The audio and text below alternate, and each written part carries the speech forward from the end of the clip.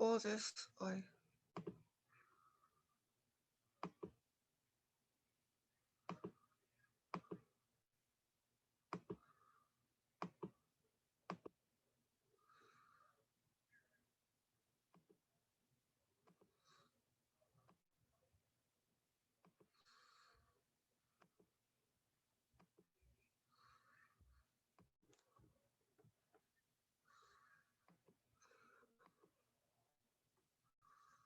I don't want all this crap all over here. Like,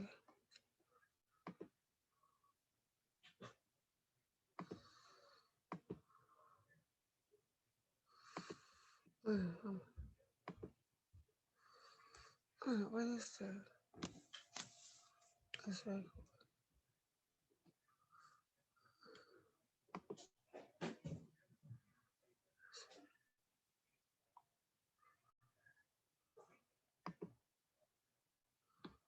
wait, what is going on?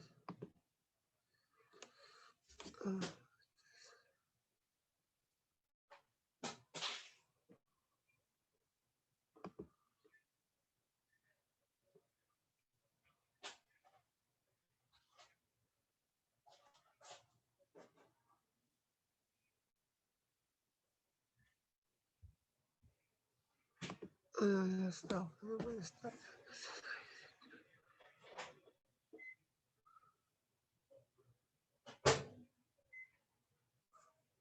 The recording. Okay. All right. Hello, everybody. Welcome to Raising Strong-Willed Kids Virtual Summit. My name is Andrea Milioti, and I am the host. And I have with me our speaker, who is Leslie Josel, who is an ADHD academic and parenting coach, is an award-winning entrepreneur, having founded Order Out of Chaos, a virtual company whose mission is helping parents guide their students to success in learning and in life when her son was first diagnosed with ADHD. She is also the creator of the award winning Academic Planner, a tool for time management, a planner that helps students develop time management skills, and wait, an award winning author of 3 books, including the recently published How to Do It Now Because It's Not Going Away, an expert guide to getting stuff done, and respected resource on ADHD and executive functioning. Leslie writes the Work time, quiet time, deep focus time. I don't know, whatever words you use in your own house. really, Music is that's really it. amazing. Music is one of, I will tell you that as a coach, music is my number one tool for my students. Really, that you know what, that is so that's really amazing. I mean, because it's Yeah. like, the people don't realize that what might be distracting to somebody else, they don't realize how it's really not. And because I don't like quiet. I can't work when it's total quiet either. The same way. Right. What is your number one strategy to get a student unstuck and started? Okay. So I'm glad we talked about music because I think that's one of my favorites. So here's my other favorite. And not everybody listening to me is going to agree, and that's fine. That's why I do what I do. So I always say that for me, that the opposite of distraction is movement. And that's my way of thinking because okay, you got to follow me because it's a little funky. So when you're sitting still, you get this, everything drains, right? Think about it. You're Right. sitting, there's what, the brain fades. And when the brain starts to fade and get really tired, it looks for like something that's going to pep it up, right? It Right. looks for like that, I hate to say it, that shot of adrenaline, that shot of like excitement and fun. And unfortunately, what we all tend to grab or do when we need that is either this, right? Yeah. Or this, like, oh, and that's not just for students, that's for adults too. Like, oh, I'm working, I don't want to be doing this anymore. Let me see what's happening on Instagram, right? Or, oh, let's see what Nordstrom.com has. Come on, we all do that. All of us do that. That's distraction versus.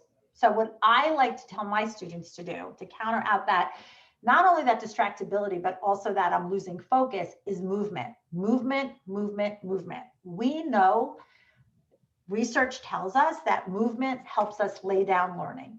And what that means is it helps us take in information and have it stick. But the other thing movement does is it helps us, our brains stay activated and engaged.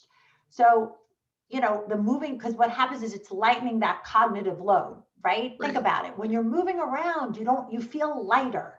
You're not like, so I have my students moving all around the house when they do work. So again, I'm going to give you a couple of tips to how to show what that looks like. Right. So if you've got little kids, younger kids, not little, younger kids, you can play a game with them and you could play hide the homework. And what that means is whoever home, caregiver, parent, whatever, adult, takes whatever homework that child has, let's say by subject, and hides it in different places around the house. And the crazier, the better. So I am known as the girl that has kids doing math in the bath. You put homework in the bathtub, no water, your kid pops in, they're so excited, it's small, it's sensory seeking, it's activating, it's fun.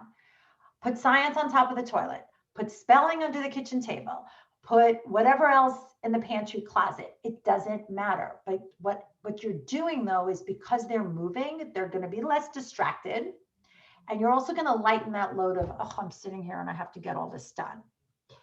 For older students, I like to move them to different rooms. Obviously, you're not going to hide, like a 6-year-old isn't going to play hide the homework, or maybe, I don't know, I shouldn't say that.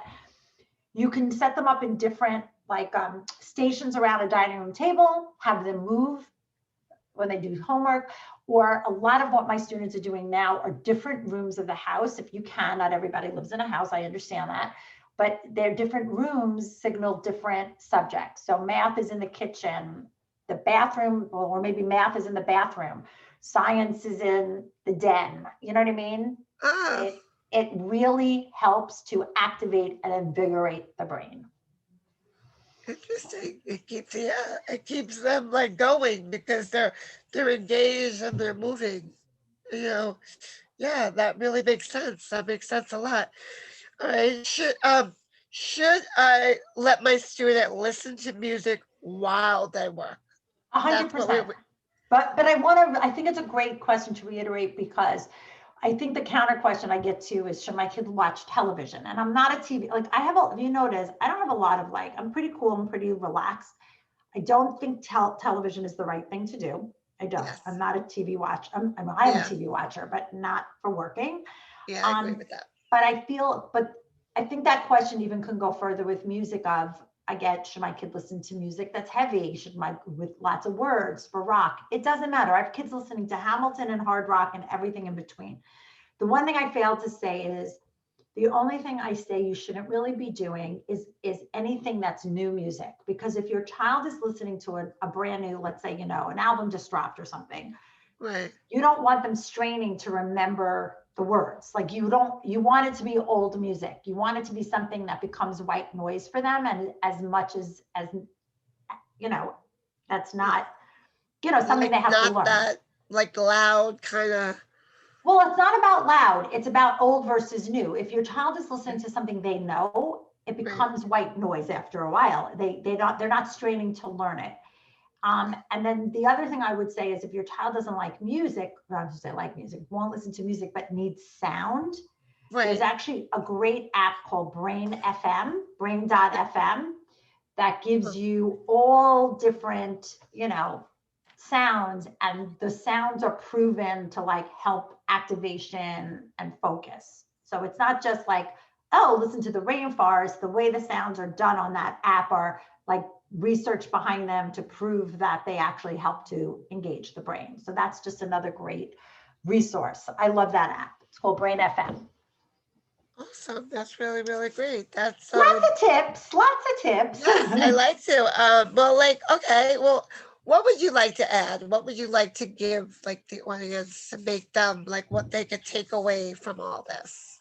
Okay, so the biggest thing, and we do a lot of this at Order Out of Chaos, because you're not dealing, you're not always dealing with a neurotypical child.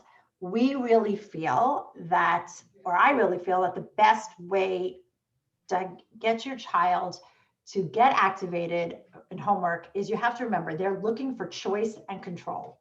I always say that everything in my world boils down to choice and control, right? That's what they want. You've got to remember your Yep. child is being asked to do something he didn't want to do, maybe doesn't know how to do, not when he wants to do it, how he wants to do. Like I can keep going. So, what does your child have control with? Your child has control on his own best practices. And that's Right. something that I really believe in. So, like, I'm going to use my own, my kids are old, but when they Right. were Right. younger, I had one child that came home from school, did not go to the kitchen, did not take off her coat, went right to her room, sat down, did not get up until all her homework was done. Okay. That was Maddie Josel. Eli, on the other hand, you couldn't even talk to him after school. He needed like a time to, I call repopulate, rejuvenate, fuel that tank back up. Maddie liked quiet. Eli liked music. Maddie liked to be alone. Eli liked to be That writing, sounds like my and keep daughter and going. my And son.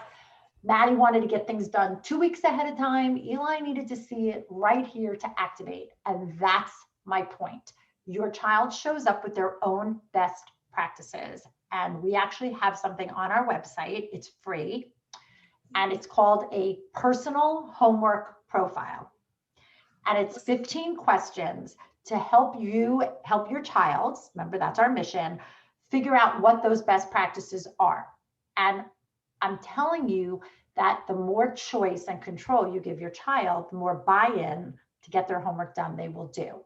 So I know that like I like to work a certain way, but how I work has nothing, does not look anything like what my son used to look like when he was younger. So allowing them the choice and control to do the work when, where, how, why, and all those things the way they want to, you will absolutely get more buy-in. Awesome. Awesome. That's great. And your website is www.order. Order Order chaos.com. chaos. I love that. Chaos.com. That's so cool. I really do. I love that. Just so, oh my God, it's really Yeah, I'll great. show you. I love it. See, there's our And, logo. yes, and I know that you are offering a free tool. Yes. And So yeah, it yes, we was are. No, we are. We have so one of the things we offer at, we do live webinars, but we also have we call it our parent education library, where you right. can go and purchase like videos to own forever on a multitude of topics. And one of the videos that is there is parenting during the pandemic. And it's really focused on distance learning, virtual learning, like how to set it up, how to get your child. So it takes some of the concepts I'm talking about now and goes into a much like deeper dive. So we are offering that to everyone free, any of your listeners or watchers, or free of charge. That's our gift. That's awesome. That's great. That's what everybody needs right now. I mean, because with Yes, everybody with the online school right. and the yeah, Online, yeah, yep, and the 100%. homeschooling and everything, and nobody just like Right. knows where to begin or what to do. So that's great. Yeah. Thank you. And they're also losing, like, I think when we first started, I think we were like, okay, we only have to get through it till X. And now we're rounding a year of it. And I think we've lost our mojo. I know my students have.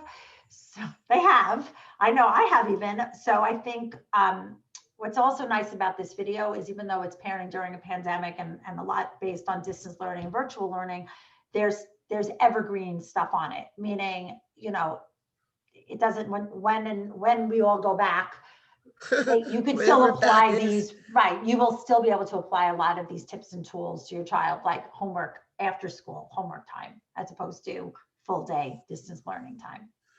Awesome. Thank you so much, Leslie. Thank you. A lot of great tips, a lot of great tips, and that's great. That's a great gift, and Thank definitely you. My everybody needs to pleasure. take advantage of that, and it'll definitely help them. Thank you so much. Oh, my pleasure. Thanks for having me. Oh, thank you, and you have a wonderful. Thank you. Take care. Thanks. All right. Bye bye. And we sign off now. There we go. You are